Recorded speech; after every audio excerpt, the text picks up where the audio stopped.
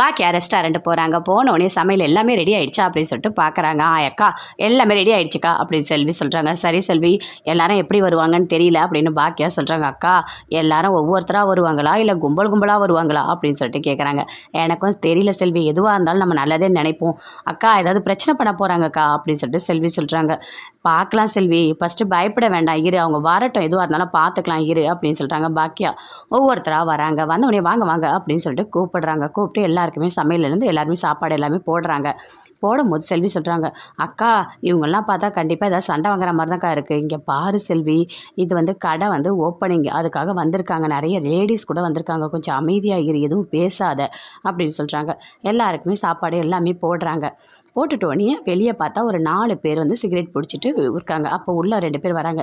என்ன இது ஒரே சிகரெட்லாம் பிடிச்சிட்ருக்காங்க, என்னங்க இந்த ஹோட்டல்லாம் வேண்டாம், வாங்க வெளியே போய் சாப்பிட்டுக்கலாம் அப்படின்னு சொல்லிட்டு போகிறாங்க. பாக்கியா பின்னாடியே ஓடுறாங்க. நில்லுங்க நில்லுங்க நில்லுங்க அப்படின்னு சொல்லிட்டு. இல்லைங்க எங்களுக்கு இது பிடிக்கல அப்படின்னு சொல்லிட்டு அங்கேருந்து போகிறாங்க. அப்போ பாக்கியா பார்க்குறாங்க. பார்த்தா சிகரெட் பிடிச்சிட்ருக்காங்க வாசலில். என்னங்க நீங்கள் இப்படி சிகரெட் பிடிச்சிட்ருக்கீங்க, இங்கே உள்ளே வருவாங்கள்ல எல்லாருமே அப்படின்னு சொல்கிறாங்க.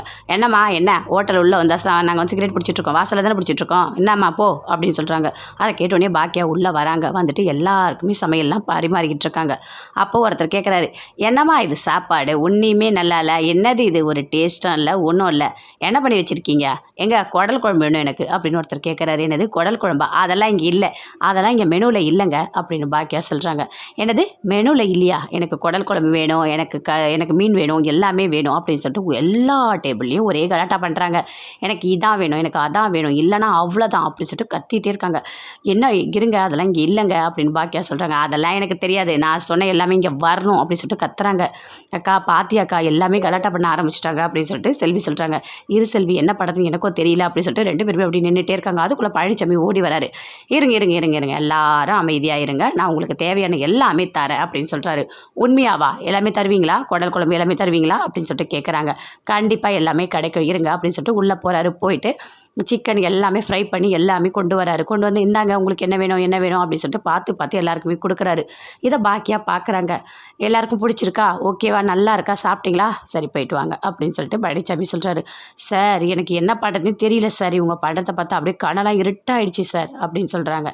இங்கே பாருங்கள், நீங்கள் எப்போவுமே இருட்டாகவே விட மாட்டேன், நீங்கள் வெளிச்சமாகவே இருக்கணும், அதுவும் கண் கூசுகிற அளவுக்கு நீங்கள் வெளிச்சமாக இருக்கணும், எப்போவுமே நான் இருக்கும்போது உங்களை அந்த மாதிரி விட மாட்டேன் அப்படின்னு சொல்லிட்டு பழனிசாமி சொல்கிறாரு. அப்படியே பார்க்குறாங்க செல்வி. பார்த்துட்டு அங்கேருந்து போகிறாங்க. எப்போவுமே தைரியமாக இருக்கணும் மேடம், சில பிரச்சனைகள் வரதான் செய்யும், அதை நம்ம ஈஸியாக சரி பண்ணலாம். இப்போ பிரச்சனை சரியாயிடுச்சா, உங்களுக்கு போக போக இது பழகிடும், இது ஒன்றும் பெரிய விஷயம் இல்லை அப்படின்னு சொல்கிறாரு. சரிங்க சார், எனக்கு என்ன சொல்கிறதே தெரியல, ரொம்ப ஒரு மாதிரி டென்ஷன் பண்ணிட்டாங்க சார் அப்படின்னு சொல்லிட்டு பாக்கியா சொல்கிறாங்க.